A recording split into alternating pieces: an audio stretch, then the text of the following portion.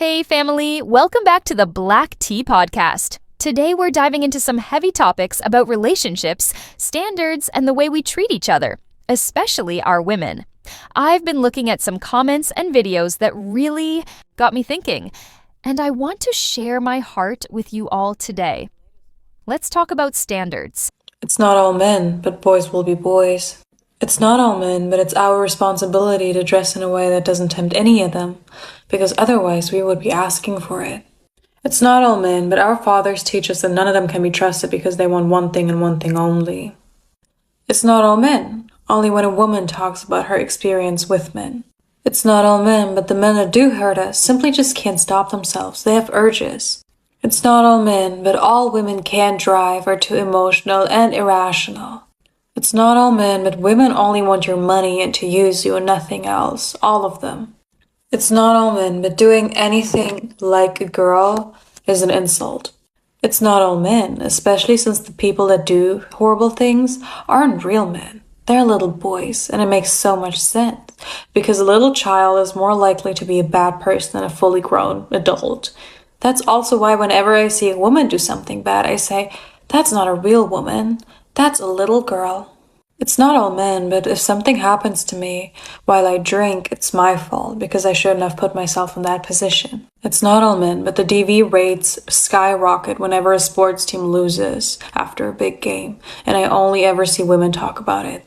It's not all men, and men are also not the issue, but it is a little girl's responsibility in school to make sure that her shoulders and her knees aren't tempting the male students or the male staff. It's not all men, but somehow always mostly men that shame other men when they come forward with something that happened to them. It's not all men, but every female victim that's coming forward is just spreading false accusations and trying to ruin an innocent man's life. It's not all men, but still men that are making most of the laws that are legislating a woman's body.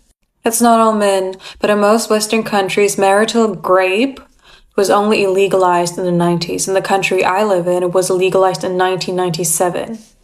It's not all men, but the people that fought so long against that law were men. It's not all men, but I was 5 when the first one targeted me, and 8 when the first one truly scared me. It's not all men, but whenever I was targeted by one in public, only women helped me. The men either just stared, or most of them laughed. It's not all men, but a lot of them just sit and listen and participate when their friends are saying the most vile things about women. It's not all men, but one of the first things I learned in law school was to prepare myself on being taken less seriously than the men in my future occupation. It's not all men, but too many are focused on saying this instead of being part of the change that makes it possible for women to not be cautious of all men. It isn't all men, and it will never be all men, but every woman I know has a story involving a man. My first one was when I was 5. My latest one was yesterday. It's not all men. In one of the sources, there's this idea that men have different standards for their own daughters or sisters than they do for other women. This is a problem, folks. It's like, oh, my sister deserves a prince, but other women should just be grateful for whatever they get. As Christians, we are called to a higher standard, to love our neighbors as ourselves. This is where we need to be consistent. If you would want your daughter or sister to be with a man of integrity and respect, we need to offer that same respect to all women. It is not only about protecting our own, it is about honoring every person as a child of God. The dirtbag mentality. One of the guys in the video admits he wouldn't let any of his teammates date his sister because he views them as dirtbags. This is a tough pill to swallow, but a very important point. It seems he knows the reality of the situation. I commend his honesty, but that is not good enough. We must aspire to be the kind of man we'd want our sisters to marry. We must rise above the level of dirtbag. This requires real introspection and a commitment to change. I do not have a sister, and I find it difficult that the speaker seems not to have any friends that he respects. We have to evaluate our friendships and try to become better. Double standards in dating.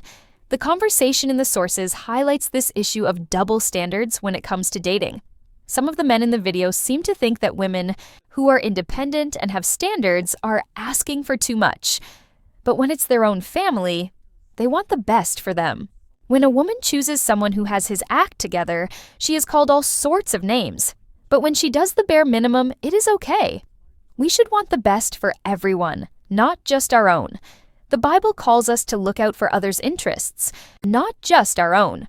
Now, let's talk about responsibility. The sources discuss the idea that men are afraid of what other men might do to their daughters. This fear is not wrong. However, we must not be afraid into inaction. It should lead us to strive to be men who would never harm a woman. The comment, "boys will be boys," is a cop-out and not a good excuse. It is not acceptable to blame women for how men behave. We must do better as Christian men. We have a responsibility to treat all women with dignity, respect, and to be protectors. Raising sons. The sources mention that many women get married to men like their fathers. This should be a wake-up call for us men. What example are we setting for our sons? Are we teaching them to respect women? Are we modeling how a Christian man should behave in relationships? We must, as Christian men, strive to be good examples and raise our sons to honor women. What are we doing? This man in the video admits he's manipulative, disloyal, and a scumbag, and does not want his daughter to date a man like himself. I have to say that I do believe that he has the starting point to make a change. At the same time, I worry about the women he is dating. I am grateful he seems to realize that his daughter deserves more, but this should apply to all women. We must be accountable for our behaviors as followers of Christ.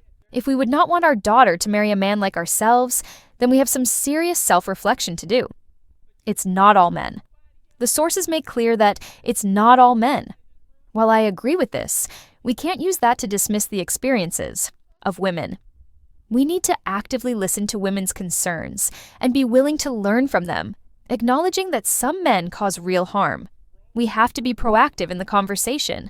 We need to make sure that it will be all men, eventually, who will be of integrity and will respect women. My final thoughts on the matter: men, we need to be the standard we want our daughters to be with. It all starts with us. We need to step up, be honest with ourselves, hold each other accountable, and call out our homeboys.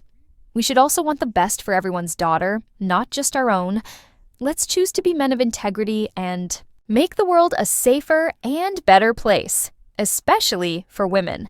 Why is it so strange for homeboys to date other homeboys' sister? This is the real question. Because I feel like if my homeboy, right, was a really, really good person, I knew he was a good person, and he wanted to date my sister, I would be okay with that because I know he's a genuine person. He would treat my sister well. But then I started doing some deeper thought, and I'm thinking to myself, the reason why homeboys don't want their homeboy to date their sisters because they know they're a dirtbag. So you out here just saving your sister life, but you're not thinking about nobody else out there in these streets that your homeboys like just ruining their life, messing up their credit, getting their light shut off, getting their car repoed, all that good stuff. It just goes to show that there is a such thing as willful ignorance, right? We know what our homeboy doing is wrong, but we don't say anything unless it comes to people that we care about. Do you realize most of our daughters get married to somebody exactly like their father? My question is this: if your daughter gets married to somebody like you, would she be safe?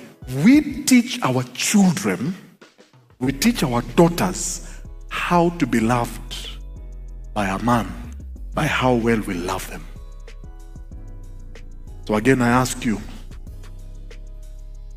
if your daughter marries a dude like you, will you be happy? Because sometimes we want them to go and find somebody who is refined. So in other words, you're saying, let somebody else raise a good boy for my child. It's so unfair. But you, what have you been doing all those years? Would you allow your daughter to date a man like you? If the answer is no, first assess what is that specific trait or list of traits that make you say no. And then two, ask yourself, do you really want to have those traits define you? Because if not, what are you doing, bro? We all have a duty to be good. I hope this blessed you today. Let me know your thoughts in the comments below, and don't forget to like, subscribe, and share. Until next time, stay blessed.